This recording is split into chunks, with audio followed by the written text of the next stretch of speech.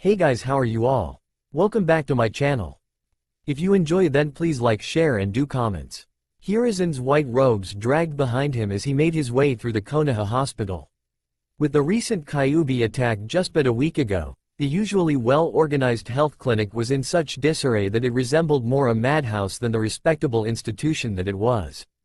Due to the heavy casualties from the tragic event, the place was hard-pressed to supply everyone with the proper accommodations that they needed. The normally pristine pearl-colored floors were murky and grimy. The corridors were bursting with overworked nurses and patients that demanded to be tended to, and it reeked of chemicals mixed with sweat and stagnant air.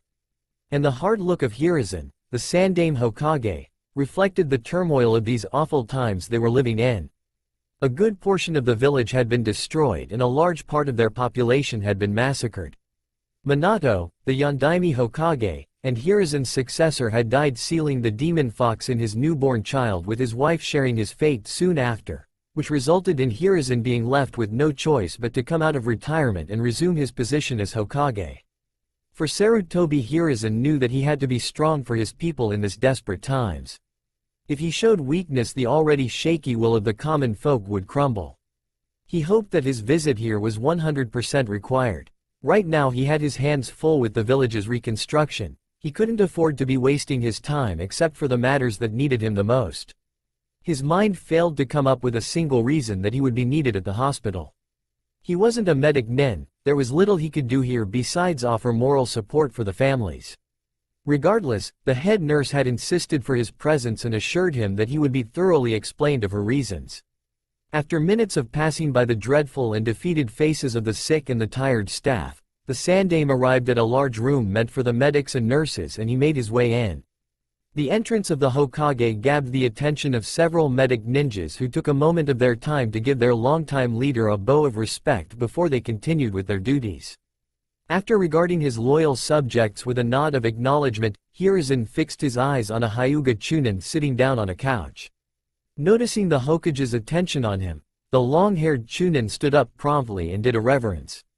The Hokage raised an eyebrow at the presence of the Hyuga in here, but it was soon forgotten as the old man recalled who he had come here for.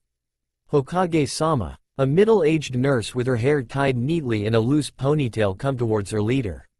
"Thank you for coming," said the woman with a customary bow. "There is no need for that, Aisawa-san. I try to help wherever I can," said the old Hokage in his kind, raspy voice. "However, I would like to know the reason why I was called here, as I'm a bit short on time." "Of course, sir. This way," said the woman dutifully before she hastily led the Hokage to another small room in the back. Curiously, she made a swift signal to the Hyuga Chunin, urging him to accompany them, which the Hokage didn't give any mind. Once inside the head nurse's office, Hirazen spotted a crib at the side of a wooden desk. The woman walked to the crib with purpose, leaving the Hokage and the Hyuga waiting patiently by the door.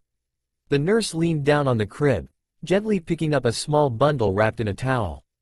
"I wanted you to see this, Hokage-sama." Hirazen blinked in surprise at the bundle in the woman's arms.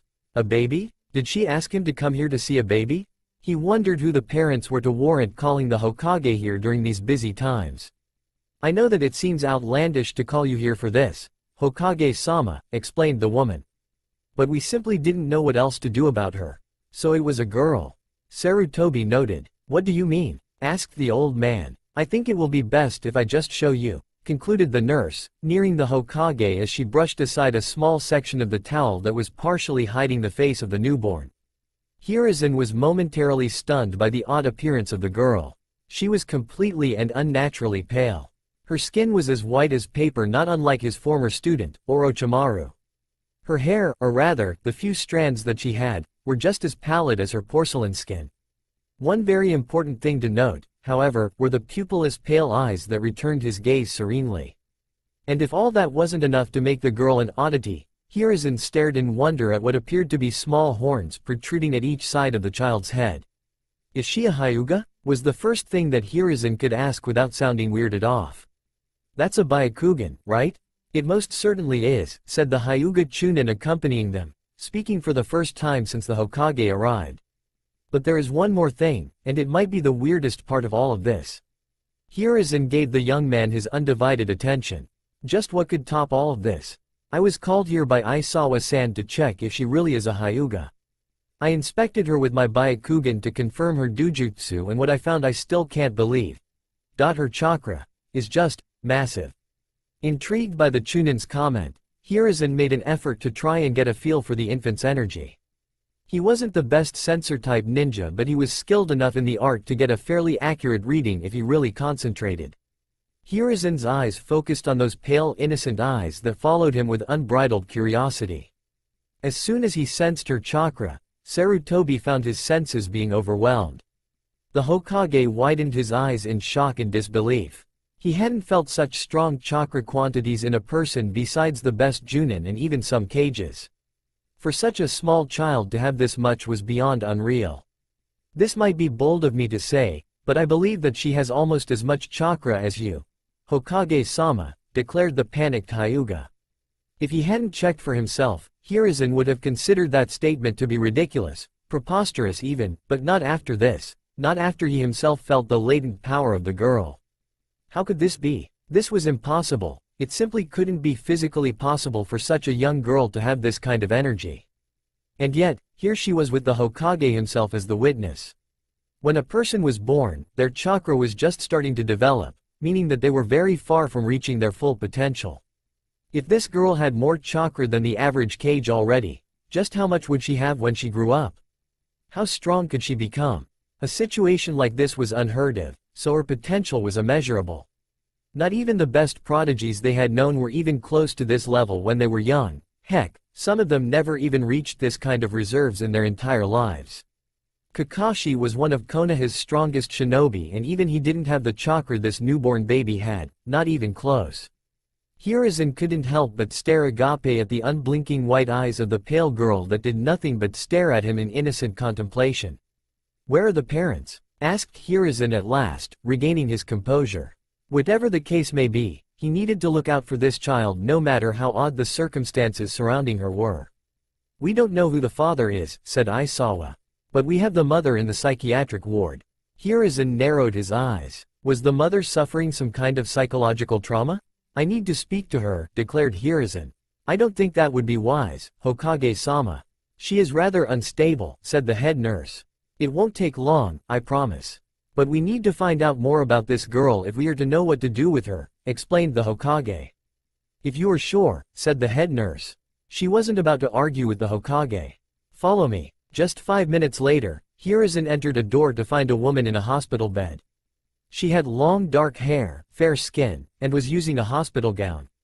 It would have looked like normal scene if it hadn't been for the straps restraining her limbs, keeping her from going anywhere or hurting herself. "Kotomi-san, good evening," said the Hokage pleasantly. "May I have a moment of your time?"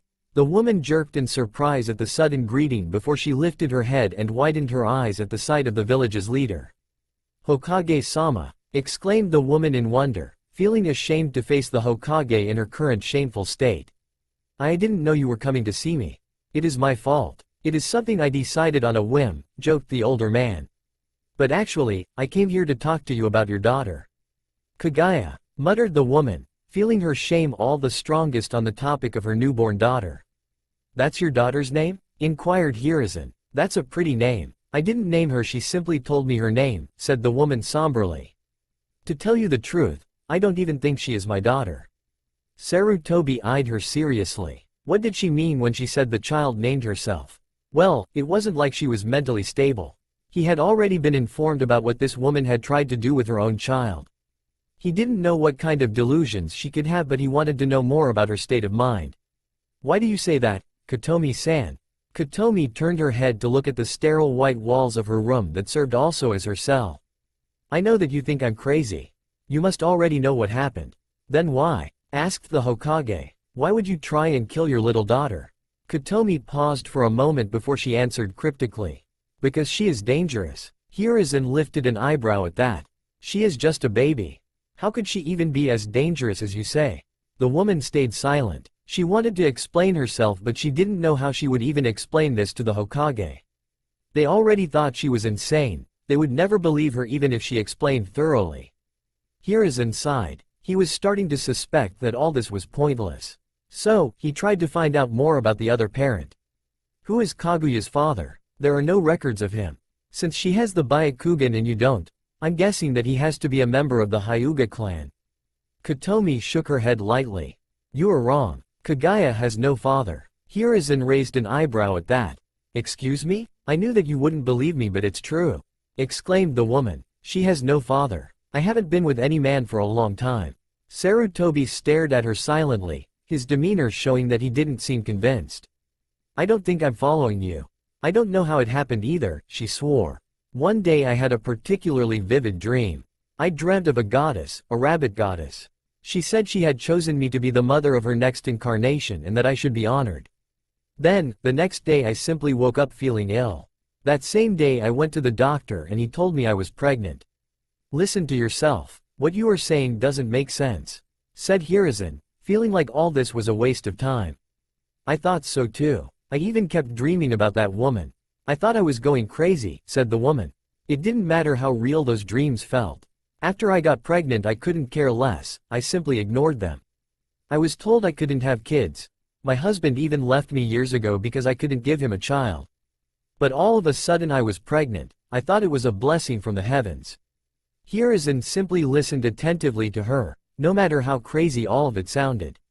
But the nightmares started getting worse the more my pregnancy progressed. I would see visions of that woman. That monster. Of the horrors she would bring to the world. And when my baby was finally born, she didn't even cry. I was simply greeted by her eyes. The same ghostly eyes that I had seen in my nightmares, said the woman. As soon as I saw her I recognized her. That look, those horns. It hadn't been just dreams.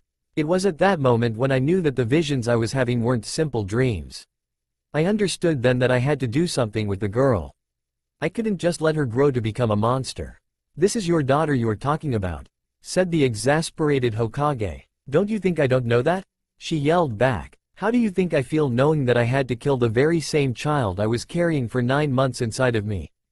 Kotomi-san, please, we can help you but you have to let us, said the Hokage. Your delusions are going to destroy your life and your child's at this rate.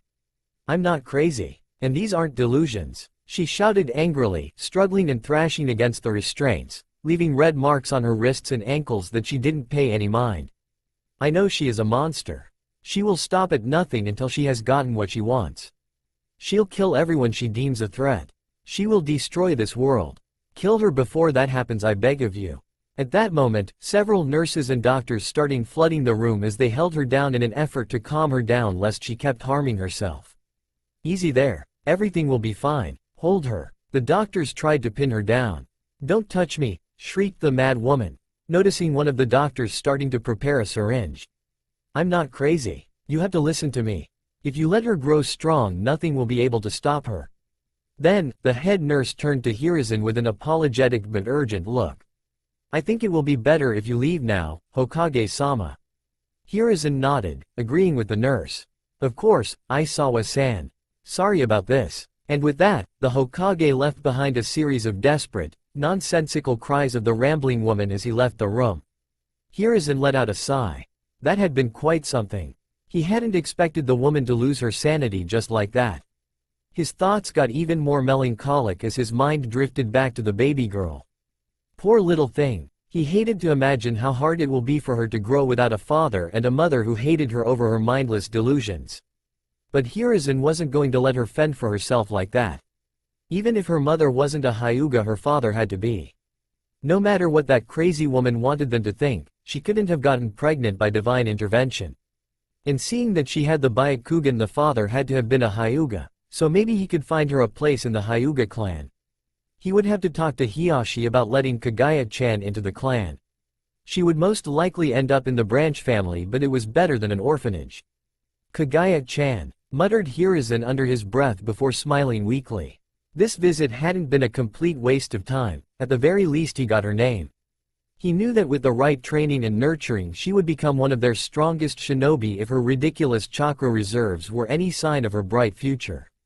But for some reason, he couldn't quite shake the bad feeling that his talk with the crazy mother had left him with. Even if those had been the ramblings of a crazy person, there was just one tiny speck of truth to it. If the girl really got too strong for them to stop and she went rogue, they may not have the power to stop her if she really grew to be that powerful. But that was a worst-case scenario and very far-fetched. Even if the memory of those unblinking white eyes of the girl unnerved Hiruzen. It could have been his imagination, but when he looked at her, he felt as if he hadn't been gazing into the eyes of a child. Hiruzen took a puff from his pipe in anticipation. He scanned the rest of the people sitting in the round table with him before the sound of a cane slamming the floor made his gaze rest on the old man sitting beside him. The man had several bandages around his face covering one of his eyes and some of his unruly black hair.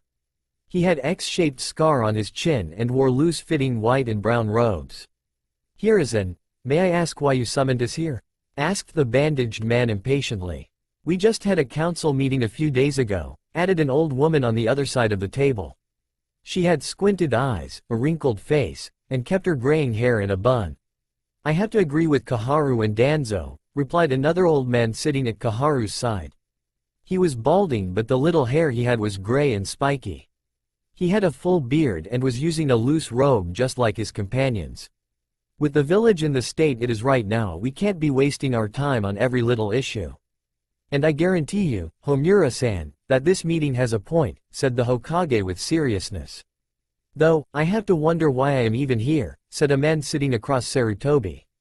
He had long straight black hair with distinctive pupil-less white eyes.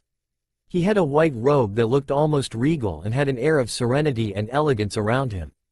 "Actually, you are to play the most integral part of this meeting, Hiashi," said Hiruzen with a grin. "Enough with the suspense," said Danzo. "We hardly have the time to be dilly-dallying," added Kaharu. "I'll get straight to the point, then," declared the Hokage, grabbing the full attention of the council and the Hyuga clan head. "Yesterday I was called to the hospital. I hadn't been told at first why my presence was required. Imagine my surprise when I found out I had been called to see a child. An orphan at that." "A child?" inquired Homura with a raised eyebrow. "What does that have to do with us?" insisted Danzo. "You'll see soon enough," said the Hokage enigmatically before he turned to the door. "You can enter now." At the Hokage's signal, a young nurse entered the office, excusing herself as she carried a bundle in her arms. The rest of the room's integrants wondered what the Hokage had in mind. Then, the nurse gently brushed aside a small portion of the towel to reveal the sleeping baby for everyone in the room to see. A collective gasp was heard at the extraordinary aspect of the kid. "That skin. And are those horns?" muttered Homura. "What happened to the child?" asked Kaharu in concern. Hiashi simply stared silently in surprise at the unusual appearance of the girl. Nevertheless, leaving aside the way she looked, she seemed like a simply innocent infant. "I'm guessing that her unique attributes aren't everything you had to show us.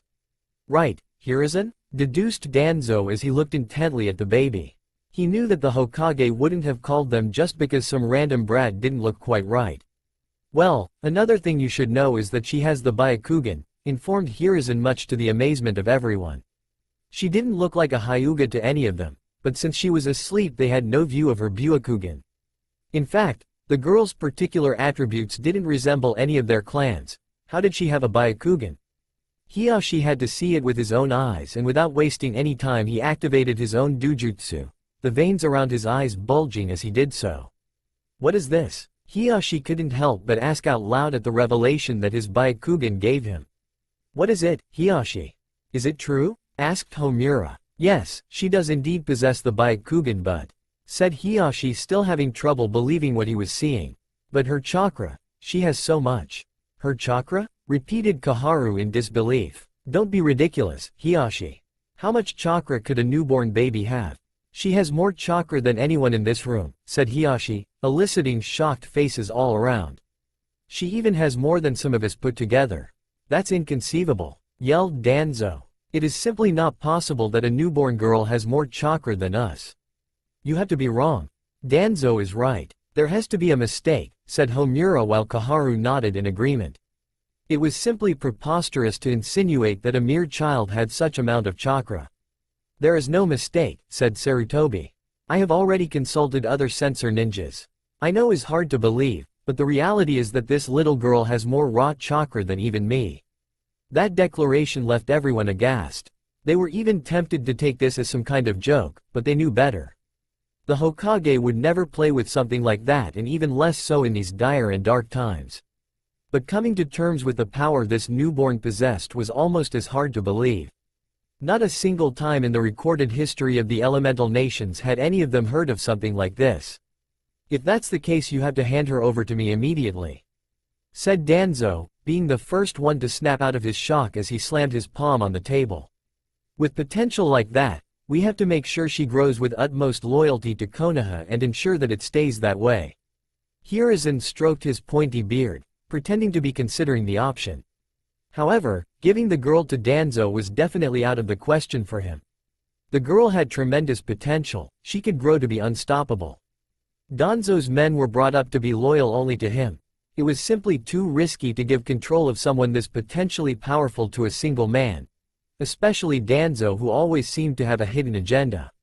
And not to mention that Hiruzen wished for a normal and wholesome childhood for the little girl, which was something she would never get from his old teammate. I can't do that, said Hiruzen at last.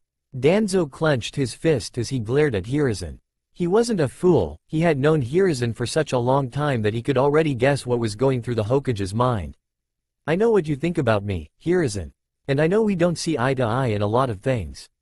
But I would never do anything that would put the village in danger. And that girl has the capacity to turn into a monster that we can't control. What if she decides to turn against us in the future? Not only it would be a waste of assets, but we run the risk of she becoming too powerful to handle. I can train her with the best conditioning techniques I know.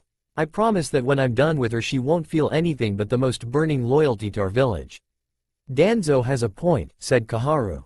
I don't like this method, but it would be for the safety of the village. Indeed, the girl could become too much for us to control if we don't condition her properly, said Homura. Hiashi, for his part, simply listened to the conversation patiently. He knew that no matter what the council said, the Hokage had already made a decision. After he knew about her Byakugan, he realized why he had been called here and what the Hokage planned for the girl. That's enough, ordered Hiruzen. I want the girl to grow in an environment fit for a child her age. I want her to learn to appreciate a family and her comrades. You want her to stay loyal? Then let her find the love for her home by herself. You sentimental old fool, thought Danzo in aggravation.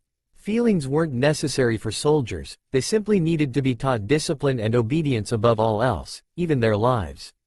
He just knew that these idealistic views of the third would get them in trouble someday. How do you plan to do that? Asked Kaharu. Do you intend to give her up for adoption? At that comment, Homura snapped his attention to Hiashi as a sudden realization hit him. So that's why the Hyuga clan head had been called to attend this meeting. That's right. Hiashi, I want you to take her in if you could, said Hiruzen politely. Hiashi felt everyone's attention focus on him expectantly. He reflected on that choice very carefully. The girl had a Byakugan, sure, but he couldn't think of any member of his clan that had been expecting a child lately. But by having the Hyuga clan Dujutsu, it technically made her part of the clan regardless of his doubts or reservations. One couldn't argue against the physical and unmistakable proof of her heritage that her Dujutsu gave her. Still, he had the right to know about her parentage and determine if he wanted her in his compound or not. Who are her parents? Asked Hiashi. The mother is no Hyuga, I can assure you. She is but a simple civilian, said Sarutobi. I do not know who the father is. The mother is not mentally sound, to say the least. She insists that she was impregnated by some sort of goddess. Danzo scoffed at the ridiculous claims of the mother while the rest sighed in disappointment. That made things difficult. Normally they could have a Yamanaka enter the woman's mind and see the truth, but if she really was crazy enough to believe her own delusions, the Yamanaka would have no way of knowing what was real and what wasn't. She is a bastard, then, concluded Hiashi coldly. And she was a bastard of a mad woman and a runaway father with no sense of obligation. What a combination. I can take her into the compound. But let me warn you that the rest of my clan won't be so accepting of her. I know that the Hyuga do not take kindly to children born out of wedlock. But having a family there for her would be infinitely better than sending her to an orphanage. Kami knows that those have their hands full after the Kyuubi, said the Hokage sorrowfully before he perked up as an idea hit him. I know. Why don't you tell your brother to take care of her? You want me to ask Hizashi to raise her? Said the surprised Hiashi. Why not? She will be put into the branch family anyway, I'm guessing. Who better to take care of her than the brother of their clan head? Said Sarutobi. Hisashi is already plenty busy raising Neji on his own, said Hiashi. Please at the very least ask if he can, said Hiruzen. If he doesn't agree, I'd trust your judgment in finding someone else within your clan to care for her. Hiashi sighed in resignation as he crossed his arms. Fine, I'll talk with Hisashi. I'm sure I can arrange something for the child. Thank you, Hiashi, said Hiruzen with a grateful smile. The girl's name is Kaguya, by the way. Kaguya, muttered Hiashi before nodding. I'll make sure little Kaguya is taken care of. It is decided then, declared Sarutobi. As of this moment, she is called Hyuga Kaguya. I'm not sure if this is the right choice to make, but I guess we will have to wait and see, said Kaharu. You don't seem to want to change your mind on this, added Homura. At the very least keep us informed on the development of the child. This is a big mistake. Danzo shot up from his seat. This is too delicate to treat it so lightly. I assure you I'm treating this with the severity it deserves, said the Hokage with authority. And the decision has been taken already. Danzo glared at his lifelong rival before he turned around in repressed anger. Fine, do as you wish, and with that, Danzo left the room. His heavy steps echoing from the hall. Pay him no mind, advised Hiruzen before turning to Hiashi. Why don't you hold little Kaguya? Meet her properly. Hiashi didn't have the time to turn down the offer before the nurse came over to him and handed him the little child. At first, Hiashi seemed unsure and overly cautious in handling such a small girl, but now that he had a better look at her he noticed that she had woken up during the meeting and was now assessing him curiously with her pale round eyes.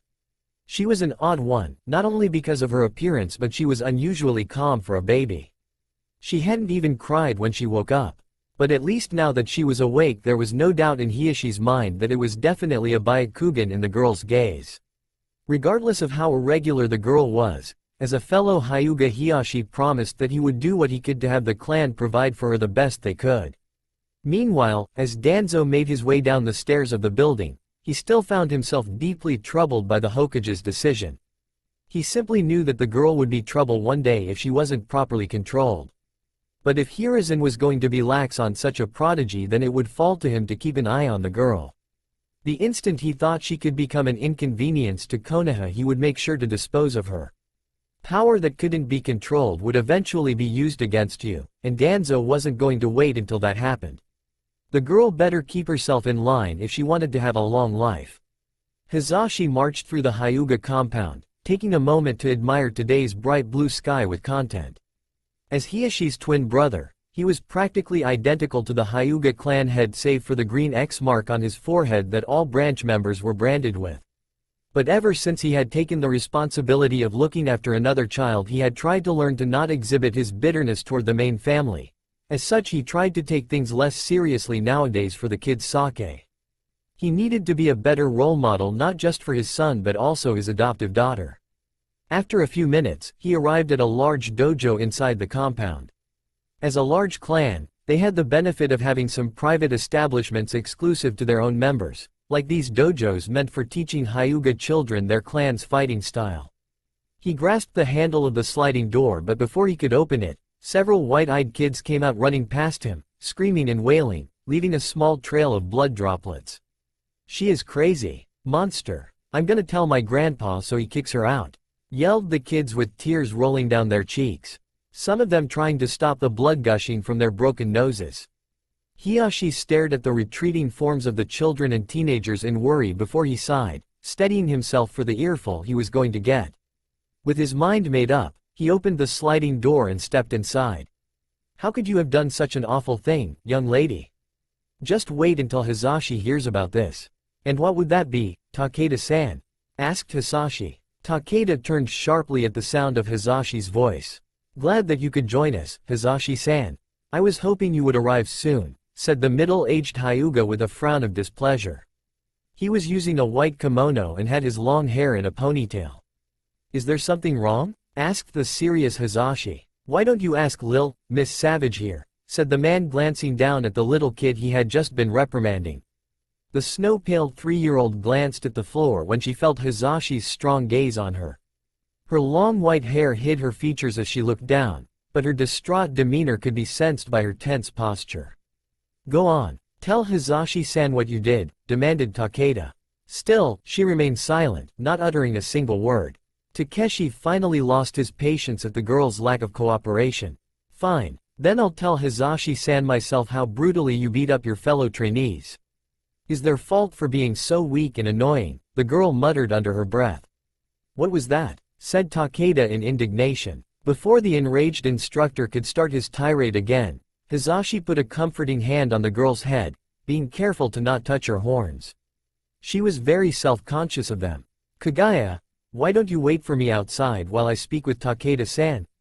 Kaguya gently nodded before she timidly walked out of the dojo. Once outside, she made her way to a nearby bench next to a fountain. She swept aside some dust before she sat down on the wooden planks, not wanting to get her white kimono dirty. She waited anxiously for Hizashi to come pick her up. He had to be furious at her. She closed a fist in impotence as a frown marred her otherwise delicate pale features. It wasn't fair. It hadn't been her fault. Those mean older kids were asking for it. Why did she have to be punished because of them? As if having to put up with their bigoted comments day after day wasn't punishment enough. She grabbed a strand of her silky hair, brushing her snowy locks to occupy her troubled mind on something else. It was a quirk she had adopted to calm her nerves. On days particularly bad like this one, it helped her keep her cool. Out of the corner of her eye, she saw Hizashi exiting the dojo and scanning the area. Once he spotted her, he started making his way to her. She started fidgeting in anticipation of a reprimand.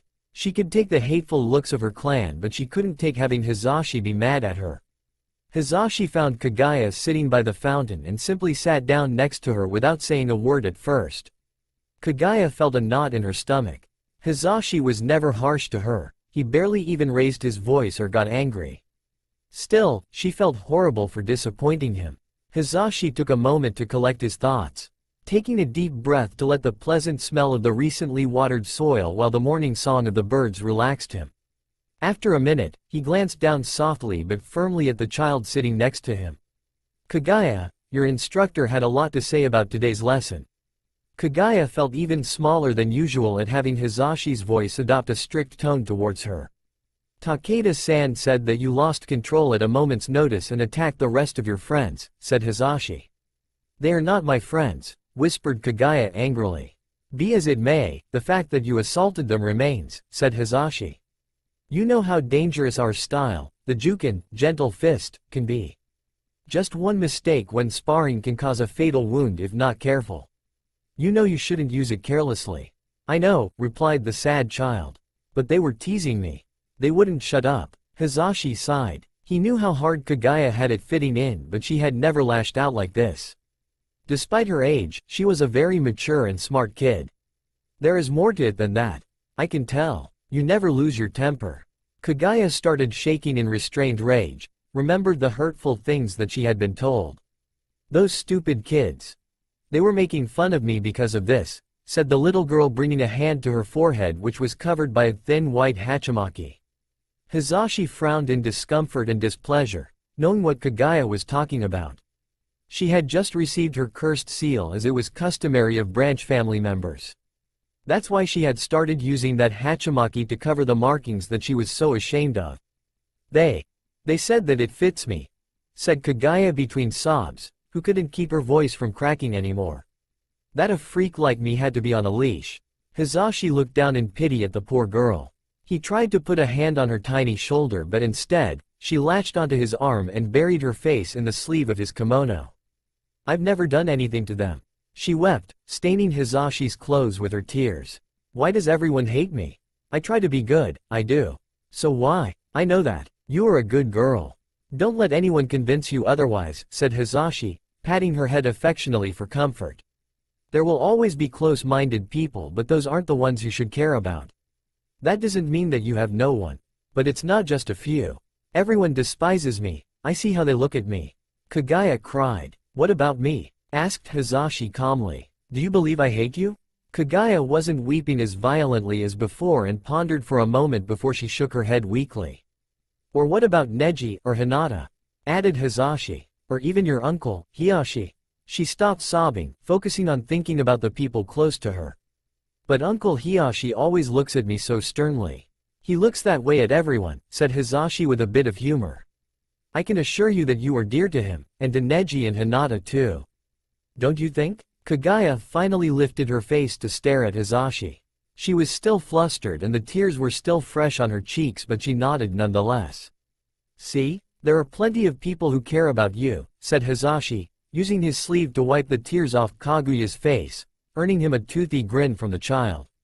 That's a strong girl. Never forget that you are precious to us. We'll always have your back.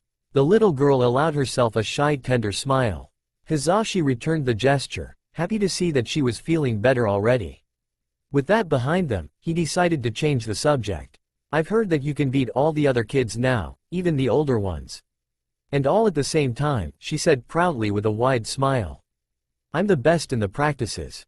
That I've heard, said Hisashi. By the way, what do you say if later today we stop by your uncle's? Today is Hinata's birthday. It is? Asked Kaguya innocently. Will there be a party? Yes, it will, said Hisashi with a smile. There will be plenty of cake and sweets and you'll see how Hinata is doing. You'd like that? Kaguya smiled as she nodded enthusiastically. Very well. Let's go home to get ready for the party, declared Hisashi, getting to his feet and grabbing Kaguya's hand as they walked back to their home. He himself didn't used to be very keen on interacting with his brother or anyone from the main family, but for Kaguya's sake, he had made great efforts in trying to keep a stronger bond between their families, as he knew that Kaguya needed all the stability she could get. Hisashi glanced down at Kaguya, who seemed to be much more content now. He let out a small grin at the sight of her cheerful face. She was always so quiet and reserved, had chakra reserves that would make most cages envious, and her strength and abilities were growing at an alarming rate. But in moments like this, Hisashi could truly appreciate that she was still just a small child who craved affection. Hours later, Hisashi opened the heavy wooden gates of his property to find his brother, along with Neji and Kaguya waiting patiently for his welcome. Hisashi greeted the clan head. You came. Hello brother, responded back Hisashi with a formal bow. I couldn't miss Lady Hinata's birthday now, could I? It's a pleasure to see you, uncle, said little Neji politely as he did a reverence too. His long brown hair covered his face as he did so. Likewise, sir, said Kaguya bowing just as politely as the rest of her family. Hisashi eyed the two children before giving them a nod of acknowledgement. You want to see Hinata, I presume. She is in the main hall, you are free to look for her. At the clan head's permission, both kids entered the Hyuga Manor's yard and made a run for the entrance into the house. Don't run in the house, kids, Hisashi yelled after them. Tisk, these children. They need more discipline, Hisashi, commented Hisashi crossing his arms. Such behavior is unbefitting of a Hyuga. You are way too harsh, dear. At that moment, a woman approached the two men. She possessed white eyes like all Hyugas and had long lavender hair with bangs that framed her face. They are just children, after all, said the woman with a pleasant grin. Hinamori-sama. Good evening, said Hisashi with another bow of respect to his brother's wife. Good to see you too, Hisashi, said Hinamori. I'm glad you came. Hinata will be very happy to see you all. Speaking of Lady Hinata, how is she? Asked Hisashi. She's doing wonderfully, exclaimed the woman. I just saw her and the kids in the main hall. They all looked so cheerful, Kaguya-chan especially. I'm glad to hear it, said Hisashi with a sigh of relief, which both Hisashi and Hinamori didn't miss. Is there something wrong? Inquired Hisashi before shooting his brother a knowing look. Is Kaguya again, isn't it? Hisashi could only glance sadly at the floor, his silence confirming his brother's concerns. Oh my, what happened to poor Kaguya-chan? Asked Hinamori in worry. I'll tell you the details later. Can I come in first? Said Hisashi. Hisashi stepped aside and led his younger brother to his home. Moments later, Neji fell to the floor as he tripped over his own foot trying to catch Kaguya as a small short-haired girl with lavender hair stopped beside him to help him regain his footing. You missed, Neji-ni, said Kaguya in triumph. No fair, Neji complained. You are faster than us. We can never catch you. Maybe we should play something other than tag? Suggested Hinata shyly. Ah, come on, you aren't trying hard enough. Kaguya insisted. I know, you both try to catch me at the same time. Can we do that? Asked Hinata unsurely. I don't mind, said Kaguya.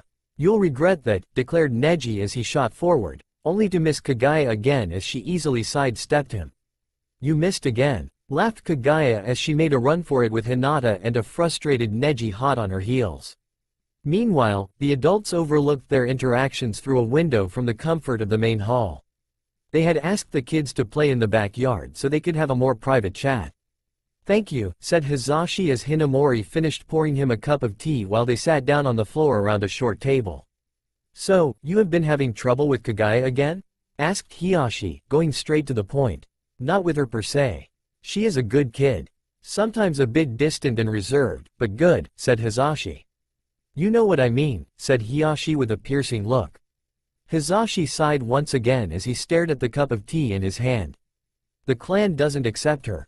We knew it wasn't going to be easy for her to be included right away," said Hiyashi. "I know, but she gets harassed daily. Monster, they call her," said Hizashi. "It would be bad enough if just the youngsters treated her like that, but the rest of our people aren't much better." "It isn't surprising," said Hiyashi. "As a bastard child, they feel she gives a bad image to our honorable clan. Some of our more traditional members won't take kindly to her presence here as if she was one of us." "But she is one of us," said Hizashi. "Maybe, but a lot of our members won't see it that way." "I'm just telling it how it is," said Hiyashi. "Having illegitimate children in the clan is something very rarely seen. You could even say that is unthinkable. Not only that, but her bizarre appearance coupled with her strange potential and absurd chakra reserves make her seem, in their eyes, almost like a supernatural entity posing as a small child. It sounds ridiculous, but for them is no more ridiculous than coming to terms that a 3-year-old has more chakra than our Hokage." "Poor Kaguya-chan," muttered Hinamori in pity. She herself had overheard several of the adults talking ill of the kid. It broke her heart that such a young girl was treated this way. "But this is precisely why she needs you," added Hiyashi. "The girl cares deeply about you and you have done a good job in keeping her happy. I'm confident that as long as you are by her side everything will turn out fine in the end." "Brother," said Hizashi in disbelief. His brother never spoke so highly of him. Having Hiyashi praise him was something almost foreign to Hizashi. "Hiyashi is right. I know that as long as you and Neji stand by her she will be just fine," said Hinamori cheerfully. Hizashi smiled at both of them. "Thank you. I hope you are correct." Later that night, Kaguya slowly opened her groggy eyes to be greeted by the delicate and subtle glow of moonlight seeping through the blinds of the dark room she found herself in. She used her hand to wipe away the drowsiness from her eyes as she kicked off the covers of her futon. She must have dropped asleep as soon as the sugar rush from eating so much cake had worn off. It wasn't the first time that she had stayed overnight at Hinata's house, but it had been some time since she last did so. The pale child glanced to her side to see Hinata sleeping soundly in her own sleeping bag. This pretty much confirmed that she was in Hinata's room. She concluded that either Hizashi or her uncle had brought them here to let them rest. Kaguya stumbled a bit as she found her footing, finding her actions to be clumsy as she wasn't completely awake yet. The faint cry of the crickets outside along with the bright moonlight and the silence in the house served to let her know that it was still deep in the night. She felt her mouth dry and decided to look for a glass of water to ease her into going back to sleep and go home in the morning. She was almost at the door of Hinata's room when she felt an unknown presence. Ever since she had memory, Kaguya could pick up the presence of any living being around her, which she later learned that it was a very unusual ability. However, this particular sensation wasn't anyone she was familiar with, and it was getting closer. Forgetting her previous task, Kaguya opted for hiding in a nearby closet as she activated her Byakugan. Once her Dujutsu was active, she had in her vision range the entirety of the Hyuga Manor, just in time to spot someone at the other side of the door about to enter the room. Kaguya didn't recognize the man that sneaked into the room. He was being careful to not make a single sound. His face was completely covered, and along with his suspicious behavior, it was enough to alert Kaguya at the gravity of the situation. Whoever this guy was wasn't here for anything good. Her mind was a jumbled mess as she debated what to do, but the threat of such a real danger froze the young child in terror. She could scream and alert someone in the manor, but she didn't know how dangerous this man was. He may be able to kill her before she managed to do anything. What could she do? Did she run, stayed put and hoped he went away? She just didn't know. She saw the stranger make his way to Hinata like a predator stalking his prey. Then, he threw himself at the slumbering girl, waking her abruptly, but he used his weight to pin her down in a cloth to gag her while he tied her limbs. Hinata started to violently thrash in her confusion, doing her best to push her attacker away, but it was futile. the attacks of a child did little to fight back a grown man. Kaguya couldn't just keep looking anymore. She left the closet in one quick motion and dashed as fast as she could at her foe. "Shote!" yelled the child as her palm connected solidly with the back of the man. The stranger groaned in pain as some blood pooled in his mouth due to the internal damage. He kicked back at his small attacker, catching Kaguya in the chest and sending her crashing into a wall with a pained yelp. The man decided to ignore the newest kid and gave it a priority to get the Hyuga heiress out of there. He quickly grabbed a struggling Hinata before going for the door as fast as he could. Kaguya recovered in time to see the image of a terrified Hinata being carried away by some stranger.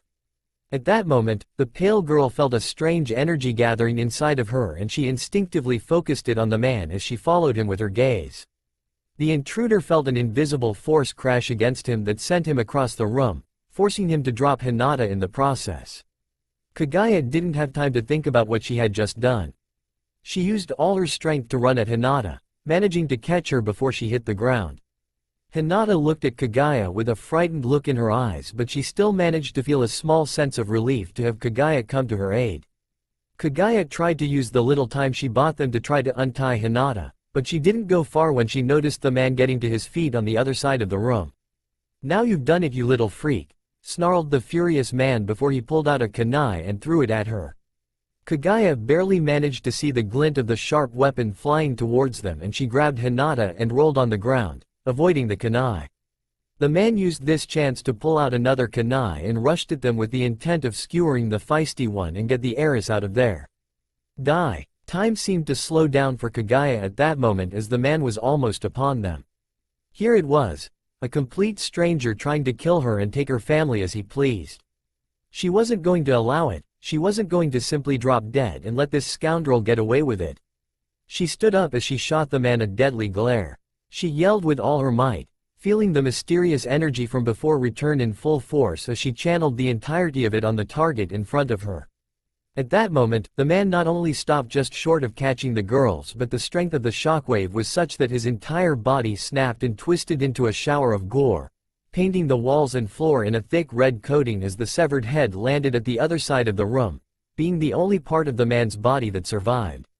For a few seconds, Kaguya couldn't comprehend what had happened, but glancing at her hands she found them bathed in crimson liquid along with her entire body. The walls and ceiling in front of her dripped blood, entrails, and fragment of bone, as the organic remains of her victim pooled in the wooden floor into a sickly concoction. She started to shake and let out a horrified scream as the magnitude of what she had just done settled in. She had killed a person. She realized in horror as she tried desperately to scrub off of her the nasty remains of the man, but only served to cover herself further with the evidence of the atrocity she had just committed. She wanted to cry for help, but her words died as her mouth remained paralyzed in a silent scream. She was brought to her knees as she trembled violently at the sight of red and steely tang that permeated the room. She started to crawl back to Hinata, not knowing if it was to help her or ask for help or anything. She just wanted someone to be with her, to know that someone was there for her. However, Hinata squirmed away from the horror picture in front of her. The Hyuga heiress muffed a scream through the gag in her mouth, doing her best to back away from the bloodied girl. What is going on here? My God! Kaguya heard voices around her, the piercing sound of a terrified scream and the cry for help from someone. Still, she could barely make out the shape of people gathering around the room. She was starting to feel lightheaded and her senses got steadily but rapidly weaker until she finally lost consciousness. Kaguya stirred slowly as her vision started to come back. She held her head tightly, feeling a headache forming. Confused and disoriented, she found herself in a dark room laying on a mattress. She noted that someone had changed her clothes as she was now wearing a plain gray blouse and trousers. She sat up, trying to remember why she was here. After just a few seconds of reflection, everything came back to her: the intruder in the night, Hinata almost getting kidnapped, she defending her, and their assailant. She widened her eyes and brought a hand to her mouth, keeping herself from throwing up as she felt the need to gag. She remembered clearly now, the blood that had been everywhere, how it had covered her from head to toe, the terrified face of Hinata. What had she done? She took someone's life. She had done it to protect Hinata, but it was wrong. She had done it with such ease. She had massacred a man as if it had been nothing. She stared down at her shaking hands, recalling the horrible scene of last night. She could almost still see the red stains on her hands, the smell of blood, and the sight of that severed head staring blankly at her from the other side of the room. She felt herself starting to dry heave when the sound of someone got her back to reality. "How is Kaguya-chan? I left her sleeping in that room. She seems to be doing fine for now." Kaguya realized that the two voices were coming from the hall just outside of the room. Slowly, she made her way to the door and pressed her ear against it and activated her Byakugan to both hear and see what was happening outside. "I'm so relieved that she is alright," said Hinamori somberly. "How could something like this happen? How did that man get here in the middle of the night? Speaking of which, how is Hinata?" asked Hizashi to his sister-in-law. "She is still in shock, but aside from that she is unharmed," said Hinamori. "Had Kaguya-chan not been there to save my dear Hinata, how could we have been so careless to allow a stranger to endanger our kids like that?" She covered her face in shame. Even if Kaguya-chan managed to protect Hinata, the responsibility of dealing with an intruder shouldn't fall to her. She is just a child. "I know, I share your sentiment," replied Hizashi. "But we can't do anything right now but to see how this develops." "Is there any new information on who the attacker was?" "I'm not sure," said Hinamori. "Hiyashi is talking to the elders in the main hall right now. I think they might know something more." Kaguya directed her Byakugan enhanced vision to the main hall, where she could indeed see her uncle discussing with four old people she had never seen. And by the look on their faces and sharp movements, they seemed to be furious. "We should probably see what they are saying," suggested Hizashi. "Are we allowed to do that?" inquired Hinamori. Only select members of the clan were allowed to intrude into gatherings between the clan head and the elders. "I don't think my brother cares much for formalities at the moment," said Hizashi. "Besides, we have the right to know what is happening too." Hinamori nodded in understanding. "You are right, let's go." After that, both adults started walking away and down the stairs to join the rest. Kaguya opened the door slowly and exited the room, taking great care to not make any noise. She wanted to know too what was going on. She took steady and slow light steps as she walked down the hallway and down the stairs, carefully making her way to the main hall. As she got closer, she could hear the distinctive voice of her uncle Hiyashi. He was raising his voice, which was very uncharacteristic of him, and she gave a small jump of surprise when she heard someone slam their hands on a table. She rounded the corner, but she kept herself pressed against the wall, deciding to listen to the conversation from outside the room. She just hoped that no one activated their Byakugan or she would be discovered immediately. "How dare they!" yelled Hiyashi, smashing his fist on the table. "They trespass into our home, try to kidnap my daughter, attack our young guest, and they have the gall to act offended. This will not stand." "Are we sure it was a Kumo ninja?" asked one of the elders in the room. "Completely sure," responded another elder in a raspy voice. "We have confirmed that he was one of the members of the Kumo squad staying in the village to negotiate the peace treaty." "Peace treaty?" Hiyashi spat with disdain. "Infiltrating our village to steal our Byakugan, you mean? What have they got to say in their defense?" asked Hizashi, who was just starting to get up to speed on the matters at hand. "They won't admit to it, those cowards," Hiyashi sneered. "They said that their comrade was acting by his own volition," explained one of the elders. "And not only that, but they are demanding some form of compensation." "Compensation? On what grounds?" exclaimed Hizashi. "They insist that we should have apprehended their man and give him into their custody. They say that by killing him by our own judgment we have violated our village's ceasefire." "But he trespassed into our home," said Hinamori. "They tried to take Hinata away." "They don't see it like that," said one of the elders. "They defended themselves by saying that since their man was acting by his own accord and we have killed him before he could be interrogated, they claim that we can't know what his true intentions were." "The nerve of these people," muttered an elder angrily. "If we don't comply with their demands they are threatening war," spat Hiyashi, barely keeping his cool. "What do they want?" asked Hinamori reluctantly. "Retribution. An eye for an eye, they say," responded an elder. "What do you mean?" Hizashi asked, fearing the answer. "Since Hiyashi is the clan head, he answers for us the Hyuga," explained one of the elders. "They want his life for the one they lost." "No they can't," shouted Hinamori in despair. "They wanted her husband's life? They couldn't. How could someone be so vile?" Even Hizashi was stunned by the irrational demand. It's either that or surrendering to them, the one who dealt the finishing blow, informed the elder. Hinamori went agape in horror at the suggestion. Hisashi's blood ran cold, and Kaguya had to cover her mouth with her hands to muffle her cry of fear. Kaguya couldn't believe what she was hearing. They couldn't just give her to the bad people. She knew that Hisashi and her uncle Hiyashi weren't going to let that happen. "They are insane," exclaimed Hisashi. "There is no way we are complying with this madness." "But war is a serious topic," commented an elder. "Things have been pretty shaky between Kumo and Konoha lately. I don't put it past them to start an international conflict over this. Wars have been started for less in the past. Konoha hasn't fully recovered from the Third Great Ninja War. Not to mention the Kyuubi attack 3 years ago," added another elder. "I'm sorry to say, but how things are right now, Konoha is at a severe disadvantage if it came to war with Kumo. We may have no choice but to give in to their wishes." "Kaguya saved my daughter," responded Hiyashi with indignation. "I won't reward her loyalty like this." "Hiyashi-sama, young Kaguya is a member of the branch family, is she not?" said an elder. "It is her sworn duty to protect the main branch." Hisashi gritted his teeth at the inconsiderate comment of the elder. There is nothing he despised more in this world than the way the branch family was treated by the main. And they wanted to use that to downplay Kaguya's actions and send her to her death like some animal. Kaguya felt her legs tremble as she lost the strength to stand. She sat down against the wall and hugged her knees together, burying her face in them. This had to be a bad dream, it had to be. They were seriously considering sacrificing her. "Hiyashi-sama, you are the clan head," said another elder. "I'm ashamed to say this out loud, but you are far more important to the Hyuga than some orphan girl adopted into our home." "That's right. For someone like her who was born with nothing, an illegitimate child that brings shame to our clan, it will be the greatest honor to sacrifice herself for the greater good of the clan," added another elder. Kaguya's silent tears were starting to drench her clothes. She couldn't take all these hurtful words any longer.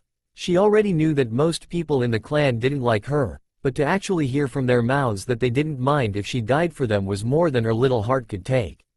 "Stop with this nonsense," yelled Hisashi, having reached his limit too. "Kaguya is just a little girl and my adoptive daughter.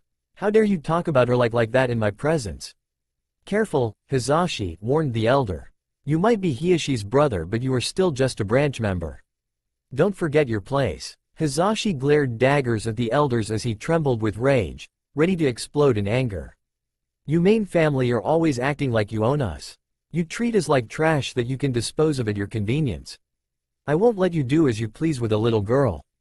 Hisashi warned Hiyashi in with a harsh tone of voice. "How dare you say that, you branch member?" exclaimed the offended elder. "This is insubordination. You will have no say in this decision," replied another elder. "Now stand down unless you want the curse mark used against you." "So it has come to this," muttered Hisashi before finding his resolve once more. "Very well. If that's the case, then I'll give my life in Kaguya and Hiyashi's place." Everyone in the room let out a gasp of surprise at Hisashi's declaration. Even Kaguya stopped crying in her shock as she focused her attention incredulously at the scene. "Kumo wants my brother's life in payment for their dead man. Then, I'll take my brother's identity," said Hisashi. "They won't be able to tell us apart. This way we can protect my brother and Kaguya and give Kumo what they want while keeping the Byakugan safe." "Oh, I see," replied an elder enthusiastically. "That is indeed a great idea. It seems like the best course of action." "That might just work," said another elder. "No," cried Kaguya, leaving her cover as she ran to Hisashi. "Kaguya-chan?" exclaimed Hinamori. "She was listening to everything?" asked Hiyashi. He felt a pit in his stomach, feeling sorry for the poor girl. Everyone in the room was shocked to see her there, and at least the elders had the decency to look ashamed at the realization that the girl had heard everything they said. "Kaguya, what are you doing here?" inquired the surprised Hisashi while he returned the child's hug. "You were supposed to be sleeping. Please don't go," Kaguya begged, ignoring Hisashi's question. "I'll go instead. I don't want anyone to die because of me." Hisashi frowned in sadness as he glanced down at the crying child in his arms. "Don't cry, little Kaguya. Sometimes we are forced to do things that don't seem fair, that are painful. But we have to bear with them and keep going forward. That is the way of our shinobi world." "Hisashi, I can't let you go through with this," said Hiyashi. You have a responsibility not only to this girl but to Neji too. Think about your son. You also have your own responsibilities, brother. To your daughter, to your wife, to the clan, said Hizashi. Besides, this is my duty. Hiyashi frowned in frustration. So that's what this is about. Your duty as a branch member? You are wrong, brother, Hizashi shot back. I'm not doing this as a branch member. I do this as your brother, as the caretaker of Kaguya, and as a member of this clan. I want to protect my family not because it is my duty, but because you are my blood. Truth to be told, I'm glad for this. This is the first time I have had a choice in the clan's matters, finished Hizashi with a smile. Brother, whispered Hiyashi in astonishment. He hadn't known that Hizashi felt that way. I'll talk with my son. He is a strong boy, very talented for his age. I have faith that he will find the strength to go on without me, said Hizashi before he crouched to Kaguya's level and lifted her teary face to have a better look at her. I'm sorry that I'll have to leave you like this, Kaguya-chan. You are a very special girl and you are much stronger than you realize. I trust that you will be able to stand proudly with a smile on your face. Would you do that for me? Kaguya sniffed back some tears as she wiped her face. I'll try to. Hizashi smiled at the small girl. That will be enough for now. Take care of Neji for me. Kaguya nodded, trying not to break down once more. She promised she would try to make Hizashi proud. I'm glad to know you'll be there for him. He'll need you. After that, Hizashi stood up and faced the door. I think that is time for me to go. I'll talk to Neji before turning myself to the Kumo ninja. May our family be always safe. Kaguya tried to follow Hizashi but was stopped by a firm hand on her shoulder. She turned around to see her uncle Hiyashi shaking his head sadly at her. And with that, Kaguya couldn't do anything more but to see Hizashi being escorted out by the elders while she, Hinamori, and Hiyashi watched with remorse, for one last time, the departure of their dear family member. Next day. In the day of the funeral, everyone in the Hyuga compound got together in Hiyashi's yard. They were dressed in black kimonos, standing in rows silently giving their condolences for their clan head's late brother. At the very front of the crowd, were Hiyashi and his wife, Hinamori, along with little Hinata. And just beside them, were Neji and Kaguya. Neji stared at the floor, trying to hide his tears as the drops of liquid hit the ground, leaving a damp trace of his despair on the ground. He sobbed silently, having trouble accepting this new reality at such a young age. In a single moment, his dad had been taken away from him. He would never hold his hand again, or listen to him reading a bedtime story. It wasn't fair. Kaguya glanced at Neji, the guilt eating her from the inside. She wanted to weep too, to accompany her adoptive brother in their mutual pain. But she had spent the entire night crying her little eyes out. She had run out of tears now. She directed her attention to the shrine in front of them. It was like a small altar that the picture of Hizashi in the center as countless white flowers and incense surrounded it. She focused on the image of the man that had been like a father to her. The man that had so kindly taken her in and treated her like his own daughter. Now he was gone, and all because of her. Why did she have to kill that man? Why did she have to be so different? Maybe what everyone in the clan said was true. Maybe she really was a monster. A monster that had taken the life of a good man and the most important person in her life. Kaguya stood there watching the altar long after everyone else had already gone. She wasn't paying attention to the passage of time, she just didn't want to leave. She didn't want to walk away from the memory of her father and move on without him just like that. As if his passing was just an insignificant event that would be forgotten as soon as all this was over. What was she going to do now? He was her pillar, he gave her the strength to take the abuse of everyone. How could she ever move on? She didn't even want to move on, she just wanted her to be back, to hold her close and tell her that everything would be alright, as if all of this was just a bad dream, and he urged her to wake up in her bed with him at her side. She felt herself starting to lose control of her emotions. Her tears were welling at the corner of her eyes, ready to break down crying again. Kaguya-chan. Kaguya was snapped out of her thoughts and turned to look at Hinamori, who had approached her with little Hinata at her side. "It's getting late," said Hinamori in concern. "You should be going home now." Kaguya nodded weakly, not really feeling like arguing at the moment. "Okay, I'm sorry about Hizashi," said Hinamori with a sorrowful look. "I know how much you loved him, and I know he loved you very much also. I wanted to assure you that our thoughts and best wishes are with you. If you need anything, please don't hesitate to come to me for help," said the kind woman with a hand on the girl's shoulder for comfort. "Thank you, miss," muttered Kaguya.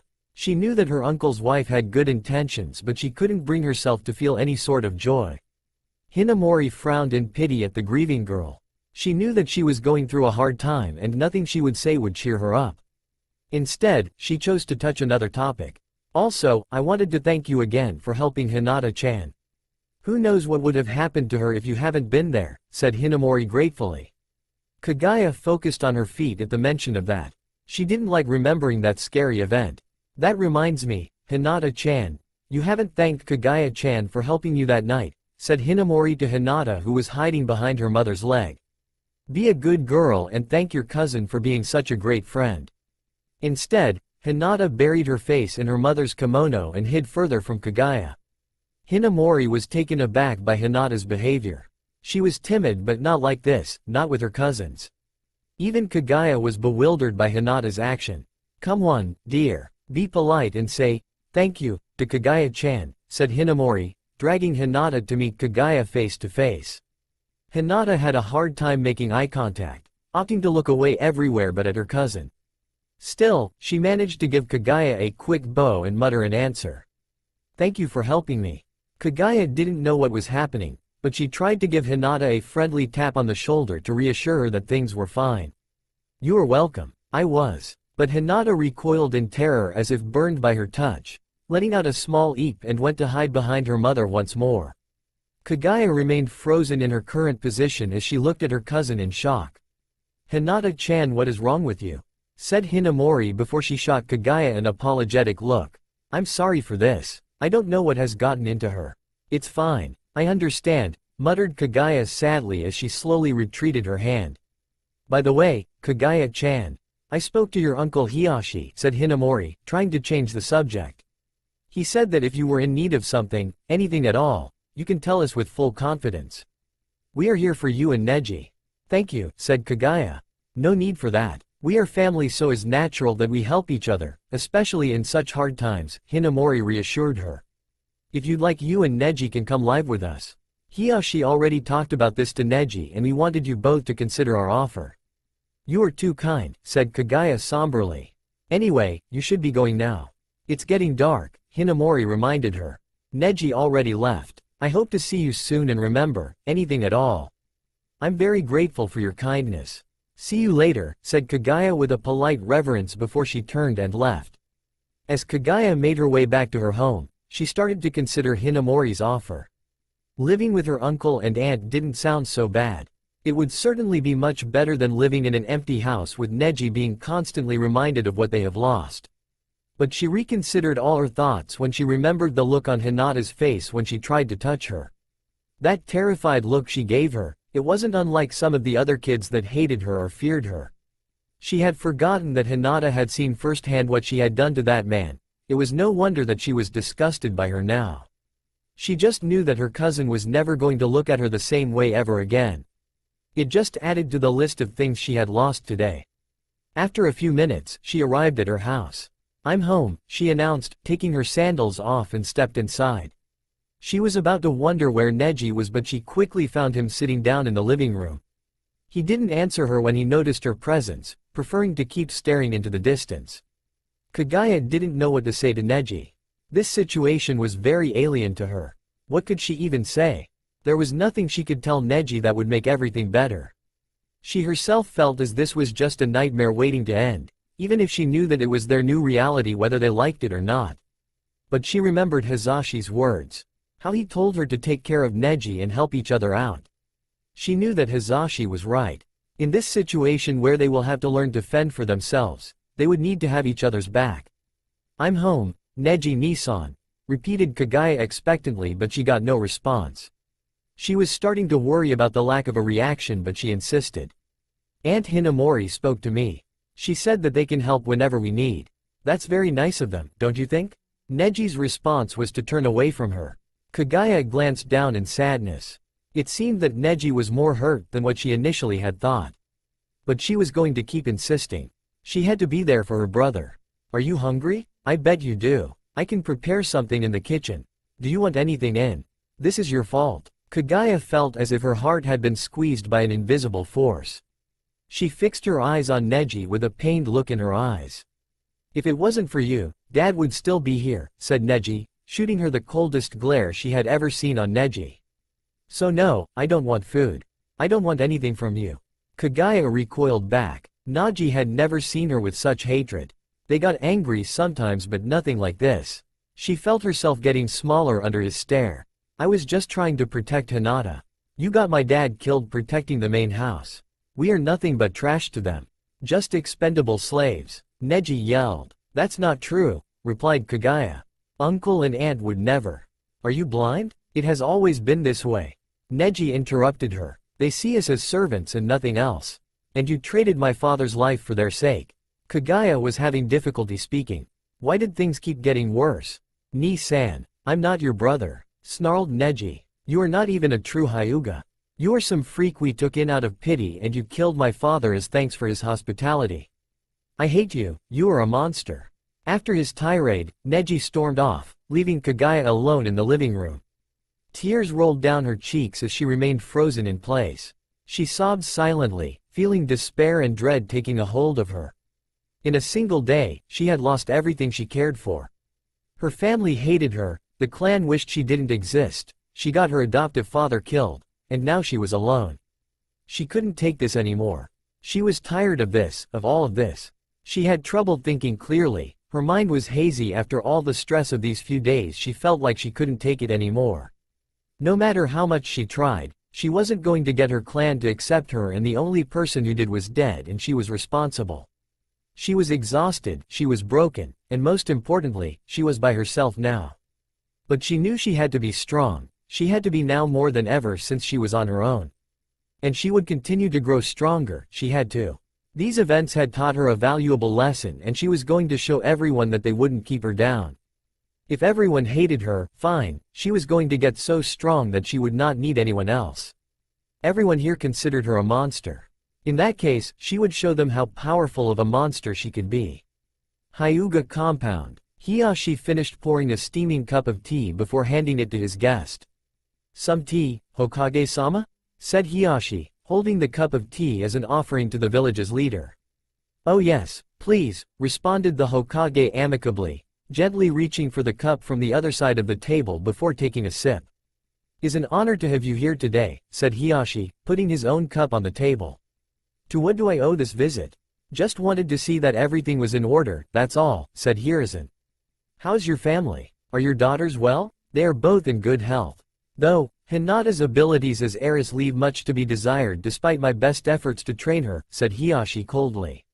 "Fortunately, Hanabi shows much more promise than her sister. Don't be so hard on young Hinata. Strength comes in many ways and she is still young. She has plenty of time to grow," said Hiruzen. Ever since Hiyashi's wife, Hinamori, died 5 years ago giving birth to his second daughter, the Hyuga clan head became even more strict.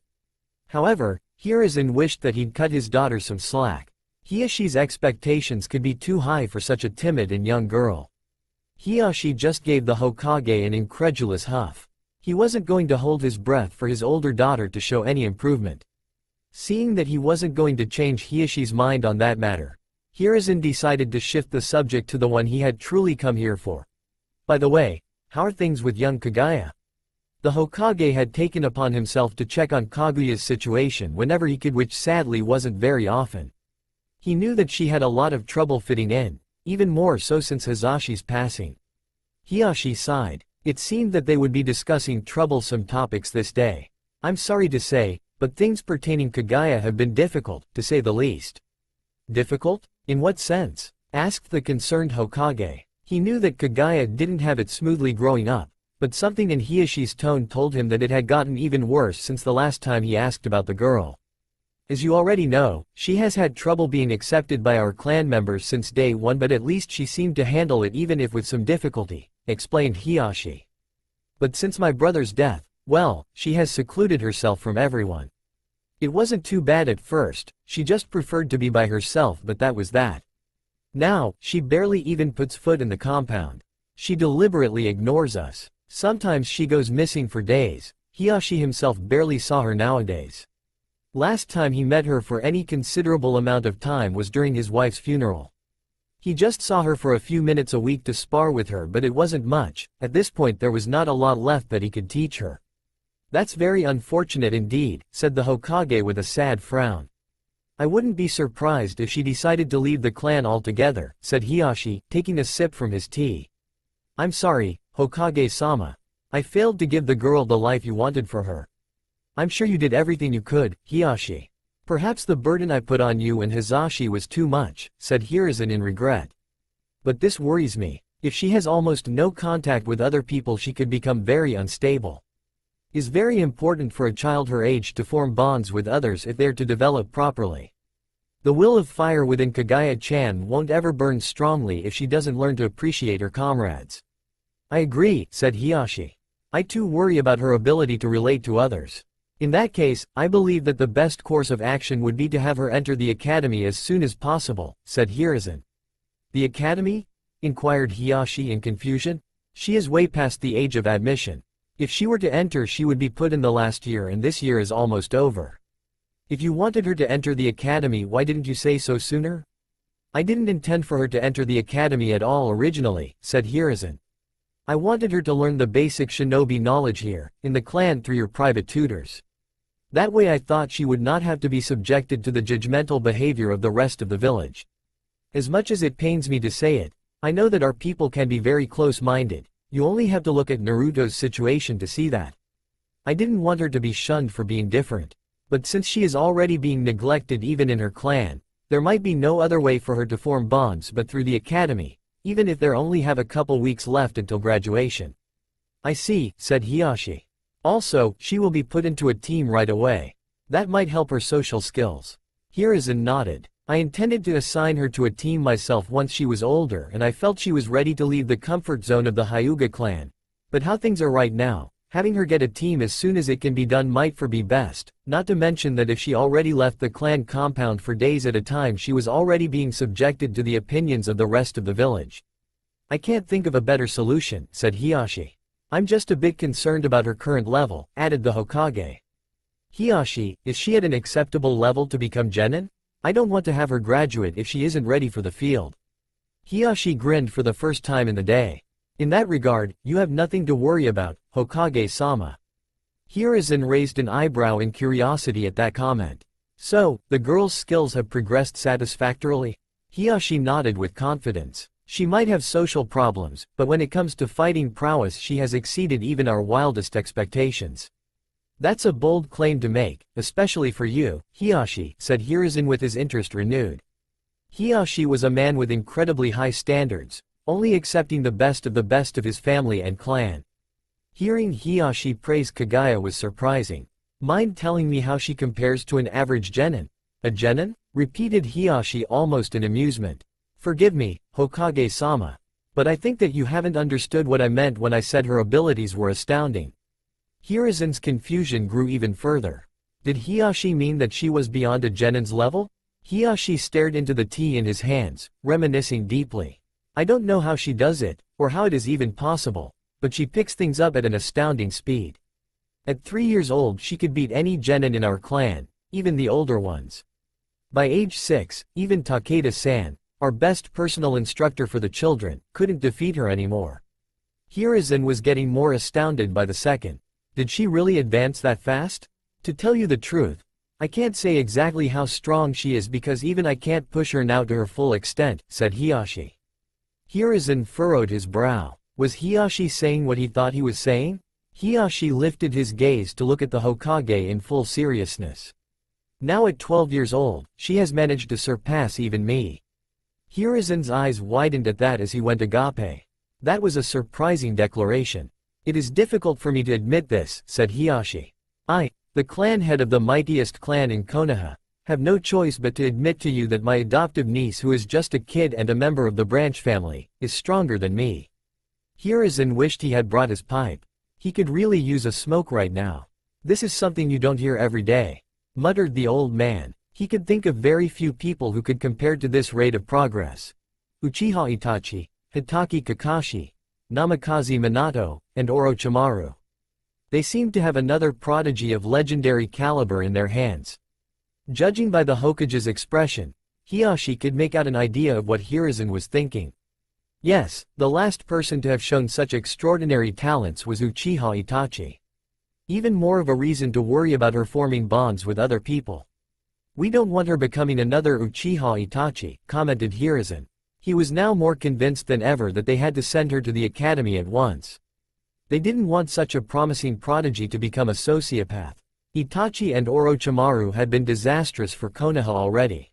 He just hoped that the girl wasn't so damaged emotionally already so that she was beyond help. Konoha's downtown, Uzumaki Naruto was having a bad day. He had flunked another test. Again, it had been the last one before the graduation, and Iruka-sensei had warned him that if he didn't get a perfect score on the graduation exam he was going to fail this year's course. Well, he just had to pass the next one with flying colors, but still, that didn't make failing any less annoying.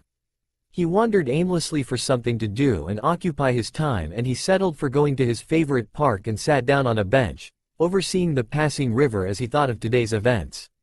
He both loved and hated this place.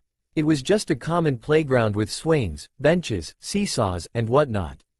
But it was on a grassy hill just overseeing a large river.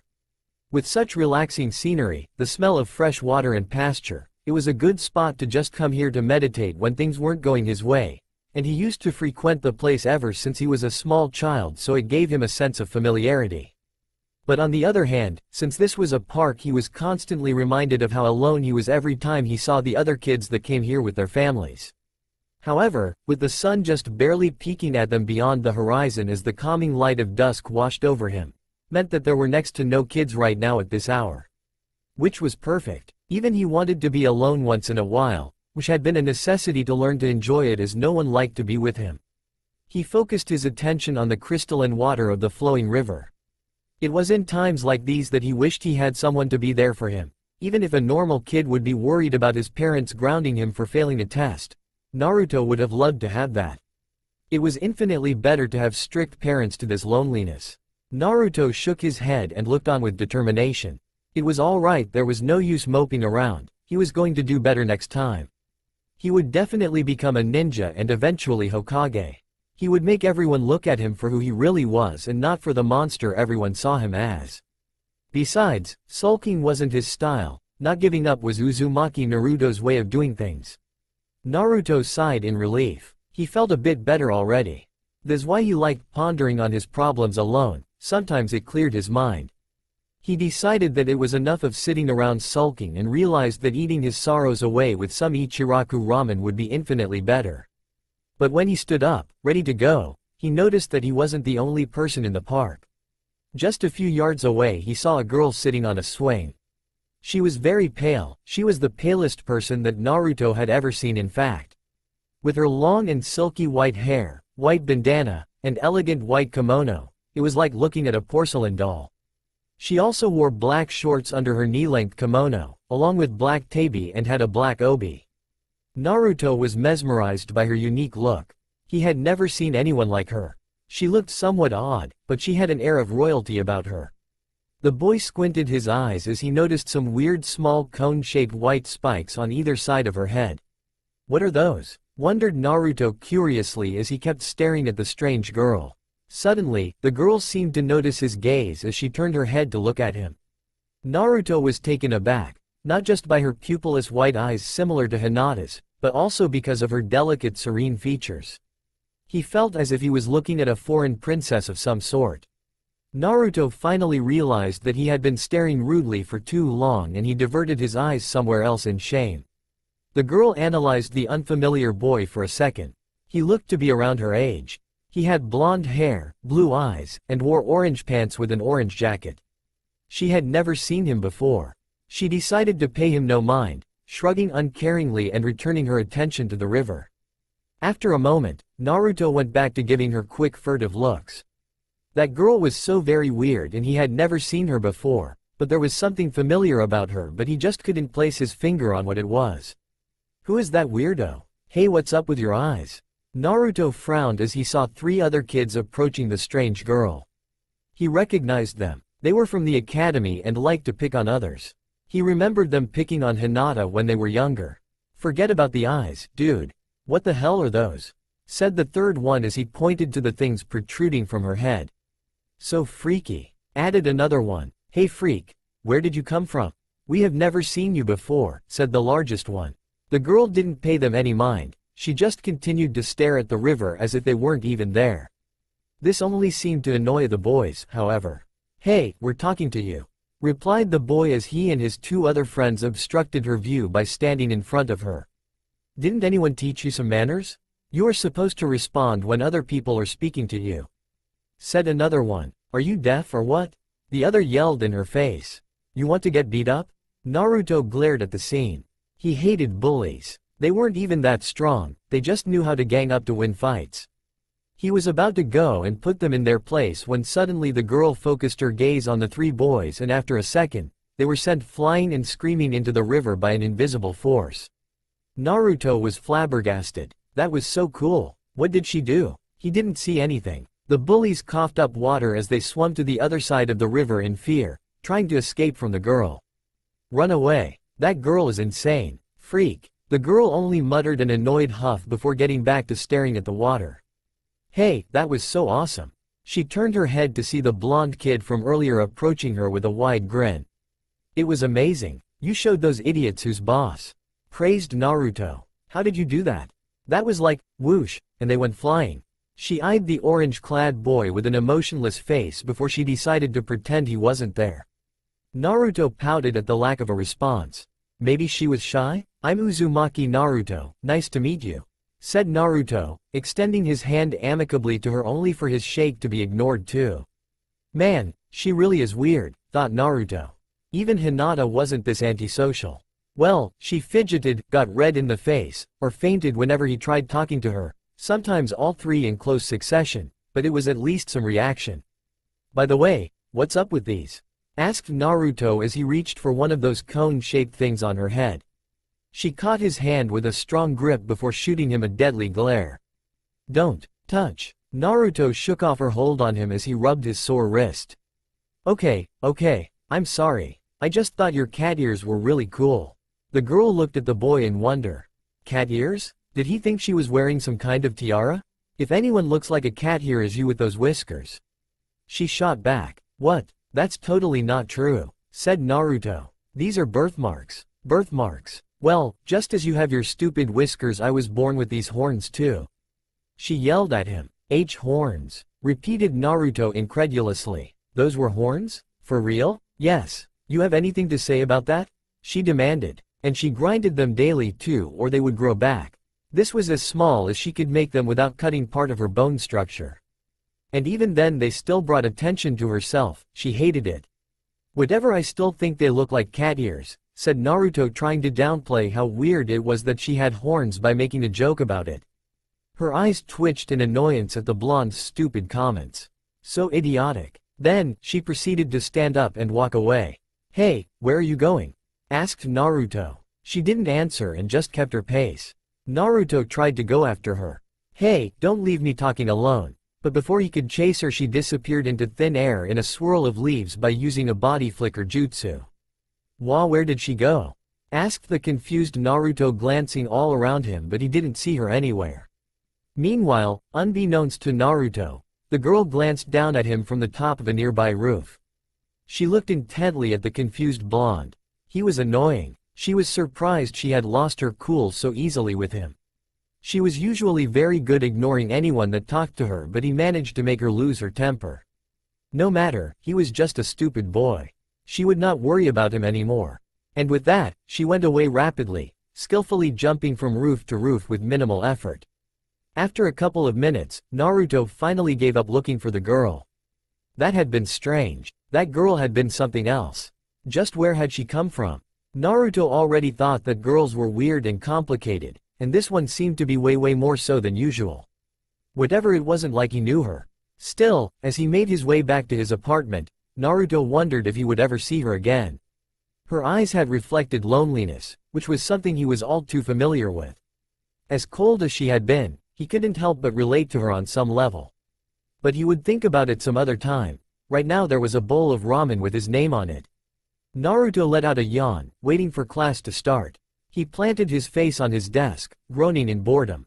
He hated school. He would have skipped class if it wasn't for the fact that he was a hair's breadth away from failing the year. "Hey, Sasuke-kun." Naruto found himself being pushed aside rudely as a girl made her way to the boy sitting on the other side of Naruto's table. "Sasuke-kun, did you finish your homework?" said Ino pleasantly. She was a blonde girl with teal blue eyes that had a long bang of hair covering one of them while she kept the rest in place in a long ponytail. She wore a purple sleeveless blouse and skirt with bandages on her legs and used forearm warmers. "If you missed anything I can lend you mine if you want." "Leave him alone, Ino pig." Naruto let out a growl of annoyance and yet another girl pushed him aside to swarm around Sasuke. "Sasuke is the best in class. I'm sure he doesn't need you to lend him your notes," said Sakura defiantly. She was a girl with green eyes and long pink hair who wore a long short-sleeved red dress. "Don't stick your nose in my business, forehead," said Ino, turning around hotly to glare at Sakura. "I forgot mine. Could I have a look too?" asked Naruto at the girls. "Get lost, Naruto." Both girls yelled at the same time. Meanwhile, Sasuke just gave a huff of annoyance at the bothersome noise the girls were making as he continued to ignore them. He was a boy with spiky black hair with two bangs framing his face and had dark eyes. He wore a blue high-collared shirt with the Uchiha symbol on the back, forearm warmers, and white shorts with bandages on his calves. Hinata looked on silently from the other side of the room. She gripped her notebook tightly, wishing she had the courage to go up to Naruto and offer him help with his homework. But as always, she was too much of a coward to muster up the guts. She hadn't changed much from when she was younger. She still kept her dark blue hair short with two bangs framing her face. But now she wore a long beige jacket and dark pants. "So early in the morning and they are this troublesome already," muttered Shikamaru in a bored manner.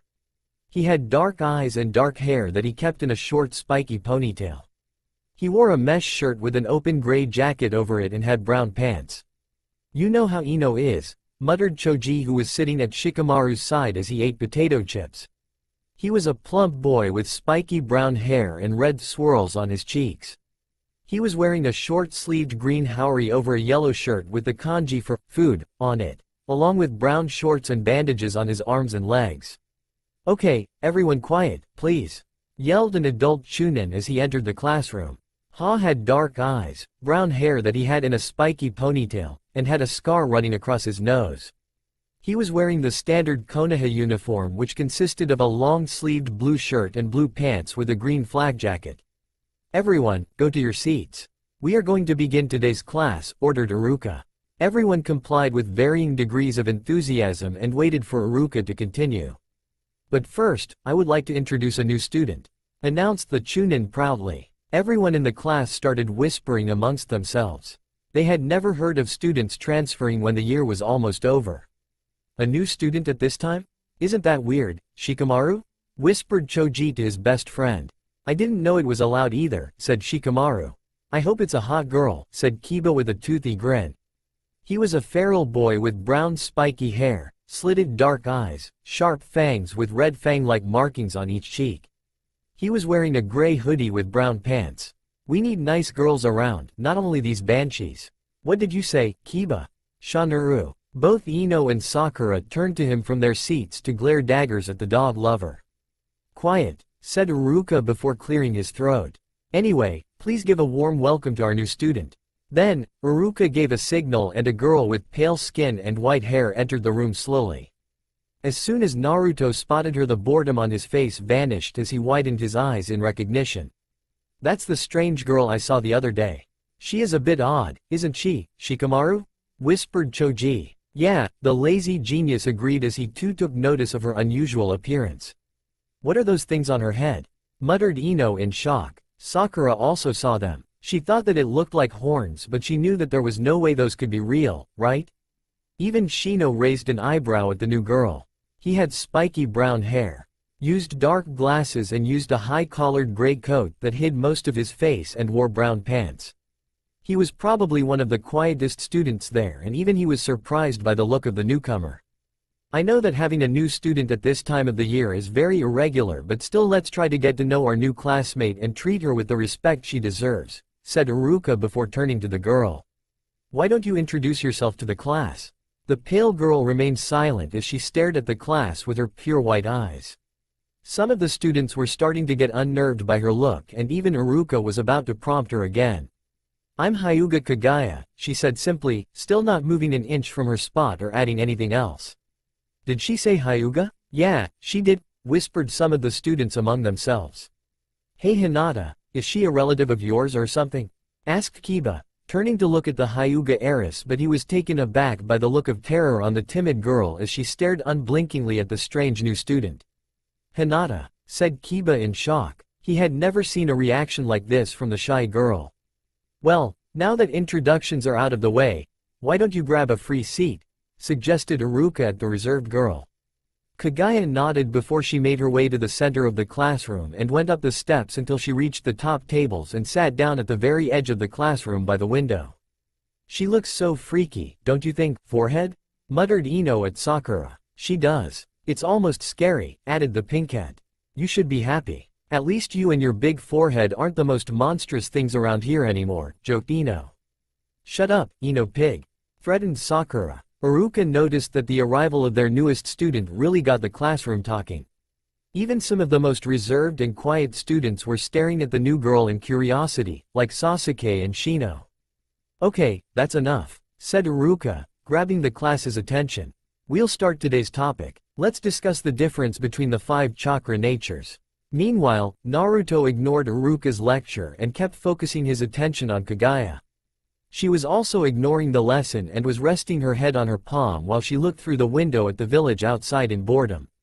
Now that he had a better look at her, Naruto was certain of his previous assessment of her and was sure that she was lonely. If he was her, he would not feel very comfortable being the topic of gossip just because she looked different.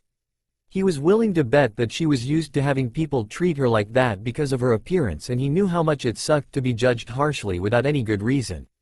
Kami knows how many times he had wished for someone to look past what everyone said about him and befriend him. He wondered if Kaguya felt the same way. Hours later, Naruto was starving. He didn't have any breakfast that morning as his food had spoiled, as always. He decided to buy groceries on his way back home, maybe even get some Ichiraku ramen. He pulled out his frog-shaped wallet and inspected it to see that he was very low on Ryo, much to his disappointment. As he made his way to the marketplace, he passed by his favorite park, and to his surprise, he noticed Kaguya sitting on the same swing he had met her days ago. He stopped in place to admire the girl. She was alone once again.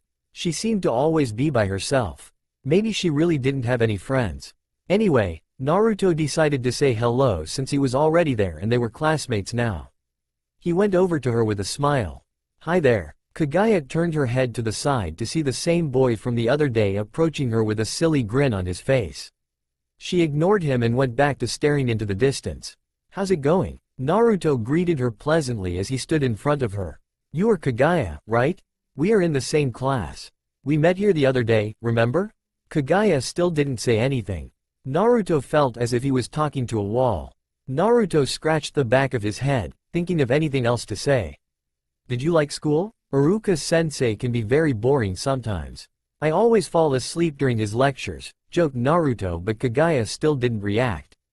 He pouted. This girl was very difficult. No wonder she was always alone. She was more antisocial than even Sasuke. At least Sasuke grunted and called you an idiot. "By the way, have those guys from the other time given you trouble again?" asked Naruto. "If they have, just let me know and I'll help you put them in their place." "I really hate when. Why would I need you for that?" Kaguya interrupted him, shocking Naruto at getting such a sudden reaction, and a negative one at that. "Why would I need you for anything?" "Hey, I'm just saying that if you ever need help you just have to ask," said Naruto in indignation. "I can take care of myself just fine," said Kaguya plainly. "I don't need the help of a weakling like you." "A weakling? I'm so not a weakling," exclaimed Naruto, getting more agitated by the second. "I'm going to become Hokage someday, dat Bayo. I saw you sleep through most of class today, and I heard some of the others call you a dead last," said Kaguya coldly. "There is no way that someone that doesn't even take his studies seriously will become Hokage. A failure such as you most likely not even get to graduate, much less get to anywhere in life." "Shut up, you don't know anything about me," shouted Naruto, finally losing his patience. What was it with this girl? Now I see why no one likes you. With such a detestable attitude, is no wonder that no one wants to be your friend. Like I would care about that, said Kaguya. I don't need the friendship of a bunch of hypocrites who preach camaraderie and then turn their back on you if you aren't like them. Naruto didn't know what to say to that. There was some truth to what Kaguya was saying, but he had more faith in his comrades than that. Not everyone is like that. Don't you think it would be nice to know that someone had your back from time to time? Only the weak need the help of others to get anywhere, replied Kaguya. I'm strong enough that I'm just fine by myself. So don't put me in the same category as you. And I thought that Sasuke was full of himself. You're even worse, exclaimed Naruto. You keep saying that you are strong, but I bet that you are all talk. I'm sure I could take you on. You think you can take me on? Repeated Kaguya with a hint of amusement. The sardonic smile she gave him was the closest thing to a smile that Naruto had seen her make. Kaguya jumped off the swing and turned to face Naruto with a cold look in her eyes. Go on then, put me in my place, as you would say. You want me to fight you? Right here and now? Asked Naruto incredulously. What, scared? Taunted Kaguya. I think you are the one who is all talk. I'm not fighting in a park in the middle of the village, said Naruto. Besides, I don't feel like hitting a girl. As annoying as you might be. Then, Kaguya gave Naruto a slap strong enough to turn his head sideways. What about now? Asked Kaguya. She would show the blonde to not underestimate her just because she was a girl, even if she had to coax him into a fight. Naruto rubbed the red mark on his cheek with a pained groan. I'm not going to fight you just because. He was interrupted by yet another slap. I'm still not. Slap. Stop. Slap. I'm warning. Slap. Okay, that's it. You asked for. Slap. Without another word, Naruto threw himself at Kaguya with an enraged yell, his fist at the ready to return the favor. Kaguya easily sidestepped the blow, making Naruto lose his balance as he hit nothing but air. Naruto turned around angrily and started throwing punch after punch at Kaguya, who gracefully slid her feet along the ground, keeping just enough distance to stay ahead of Naruto while his strikes barely even grazed her. She didn't even need to put her guard up. As Naruto threw another blow in his frustration, Kaguya easily went under the punch and used her foot to kick Naruto's leg and screw his balance. The blonde found himself stumbling in his momentum and ran into a tree headfirst. He stumbled back and landed on his butt while he rubbed his forehead in pain. He glanced at Kaguya, who was staring at him with a smug look which just served to anger him once more. He quickly got to his feet to resume his assault, but like before, Kaguya easily evaded the barrage of punches, barely even putting any effort at all. Then, Kaguya got under his poor defense, using her leg to sweep his feet from under him, and in a second Naruto ended up staring at the sky. Naruto stayed on the ground, looking at the moving clouds in shock. How was she doing this? She was playing with him. Then, Naruto found himself staring at Kaguya, who had come over to lean over him mockingly. Had enough? She asked him with an air of superiority. Naruto gritted his teeth in impotence. He jumped back on his feet and sent a kick her way. She swatted his kick to the side and used his momentum to turn him around, taking the chance to throw a kick of her own that caught Naruto on the back and sent him rolling down the hill until he finally fell into the river with a loud splash. Naruto stood up and spat out water before taking a deep breath. Kaguya snickered derogatorily at him from the hill overseeing the river. Is that all you have? She asked him. Naruto glared at her for a moment before he started walking to the shore with difficulty against the water current. I didn't know why I even tried to befriend you. You're the worst, said the blonde as he finally reached the ground and started shaking the water off. I don't need friendship from the likes of you, responded Kaguya. She didn't need friendship from anyone, period. Fine, I hope you die alone, which is what most likely will happen with that attitude. Naruto shouted back before he went away stomping angrily. Kaguya looked at Naruto's retreating form for a moment. Idiot, she muttered and turned around to leave too. However, she saw something laying in the grass just a few feet away. In her curiosity, she went over to pick the item up and she noticed that it was some kind of wallet. It was shaped like a frog plushie. Most would have thought it looked ridiculous, but she thought it was cute at least. She opened to see what was inside and found a small amount of money and a key. She wasn't a thief and really didn't need the money, so she put them back into the wallet. She wondered who could have left it there, but she was quick to deduce that the idiot must have dropped it during the ass kicking she gave him. She debated for a few seconds if she should throw the damn thing into the river and be done with it. She didn't owe anything to the blonde moron. She rolled her eyes as she sighed. She was going to give the thing back to the idiot and go on her merry way.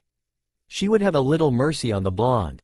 He was already a weak moron. At the very least she was going to spare him from being a broke weak moron. She focused on her ability to feel chakra around her. She found Naruto's signature almost instantly. One thing the idiot had going for him was his chakra capacity. He had the largest chakra capacity she had ever seen aside from hers. Once she had his location pinned down, she used chakra to jump several feet in the air and land on a nearby rooftop before she continued to hop between buildings in search for the blonde. When she found him, she concluded that he must have already noticed that he lost his wallet since she saw him asking random people on the street for something, only to be blown off by them rudely without hearing him out. Kaguya raised an eyebrow at this. She could have dropped down from the roof right then and there and let the blonde know of her presence, but she was more curious about the way people were treating Naruto. She saw him going from person to talk to them, but they shooed him off. Some even called him a demon and others started whispering amongst themselves as they glared at him coldly. She knew that look on the people's faces. It was the same one her clan gave her. These people hated Naruto, but why? He was a moron, but so were a lot of other people she knew, and she didn't see them being treated like this. Something wasn't normal here. She decided to follow Naruto for the moment to satisfy her curiosity. It wasn't like she had anything else to do. Meanwhile, Naruto hastily walked through the village, retracing his steps to see if he could find his beloved Gamma-chan. Once he had arrived at his apartment and he had been unable to find his key and wallet, he got into a panic and had started looking all over for it. But once he had calmed down, he decided to return the same way he had come, and if he didn't find it, someone else must have. Still, no matter who he asked, everyone either told him that they hadn't seen it or that he should piss off. He hated this. Why couldn't he be treated like a normal human being just for once? He was desperate here. He simply thanked them regardless before going on his way, no matter how unhappy he was with them. He finally arrived at the park, remembering that he had fought with that stupid Kaguya here. He didn't know why it didn't occur to him sooner that he must have dropped it during the fight, that he could totally have won if he had been prepared, and proceeded to look around the grass for his stuff. Where is it? Wondered Naruto out loud as he inspected a patch of grass. It has to be around here. It was at that moment that Kaguya decided to make herself known, and she jumped down the roof she had been standing on. Naruto heard something behind him and turned around to find Kaguya staring at him with her ever emotionless eyes. What do you want? If you want to fight, too bad. I'm kind of busy here. Instead of saying anything, Kaguya simply threw something at him which Naruto managed to catch before inspecting it. Gamma-chan, said Naruto in relief and surprise. Where did you find it? Kaguya pointed at the hill by the large tree in the middle of the park. It was over there. I was looking for you to give it back. Naruto scratched the back of his neck sheepishly. Thanks, said Naruto timidly. He didn't exactly how he should react. They just fought minutes ago and now she was returning something to him. Are you really that stupid? Asked Kaguya seriously. Naruto was taken aback. That wasn't what he expected the girl to say. What? Are you an idiot? Repeated the girl. Are you so oblivious that you don't notice? What are you talking about? Asked Naruto. He was starting to lose his patience again. Was being rude the only thing she knew how to do? The people back there, the villagers, they don't like you, said Kaguya. They treat you like garbage and you just keep on going like it is nothing. Naruto widened his eyes in shock. Had she been following him? Yet you just smile and joke around like a doofus even when everyone has such disdain for you, Kaguya continued. How could you keep acting so cheery if not because you are an idiot? What I'm supposed to do? Mope around all day and avoid people like you do? Naruto shot back. I know I'll make everyone change their minds about me someday. Fool, people aren't swayed that easily. Trying to make them change their opinion of you is a waste of time, said Kaguya. Instead, you should return the favor. Treat them like dirt or become stronger and make them fear crossing you. You say to hate them too? Inquired Naruto incredulously. They might not like me, but they are also members of the village like us. I won't turn my back on my comrades either. They don't see you as their comrade, insisted Kaguya. That's why I'm saying that I'll make them change their minds about me, said Naruto. I know that someday I'll get there. But not if I throw the towel like you say. Kaguya narrowed her eyes at Naruto. She was starting to lose her patience. You are a bigger moron than I originally thought. I don't want to talk to you anymore. You piss me off, said Kaguya before she turned around and walked away. That's my line. Naruto shouted at her before she was out of sight. He let out a sigh. What was up with her? She certainly had some issues. Whatever, it didn't matter what the crazy girl said. He was not the type to give up and he would never do it as long as he lived. At the same time, as Kaguya made her way to the Hyuga compound, she couldn't help but fume at the previous conversation. Naruto was an idiot. People's opinion didn't change without forcing them. She had learned pretty early on that the only way to change people was to make them. And one could only make them by being more powerful than them. People had already hated her despite her doing nothing to them. And no matter how hard she had tried to prove that she wasn't the monster that people said she was, they never stopped seeing her as one. Eventually, she stopped trying. Ever since she was little, people got away with things just because they were more powerful. Her clan had branded her just because they had power over her and deemed it like that. Her adoptive father had died just because some foreign ninja had been in a more powerful position than them, despite having been them who were at fault. And the only reason she hadn't died like a dog that fateful night of Hinata's 3rd birthday was because she had been stronger than her attacker. Yes, the only thing that people respected was power. It was the only thing that really made a difference. No one did the right thing just because it was the right thing. You had to force them to do it, and she was really well on her way to reach her goals. She was already stronger than even her uncle Hiyashi, who had been the strongest Hyuga and one of the strongest Junin in the village. But that wasn't enough. She had to get so strong that people wouldn't dare cross her, and powerful enough that even if they felt like crossing her, she would be able to crush them. Yeah, it didn't matter what Naruto said.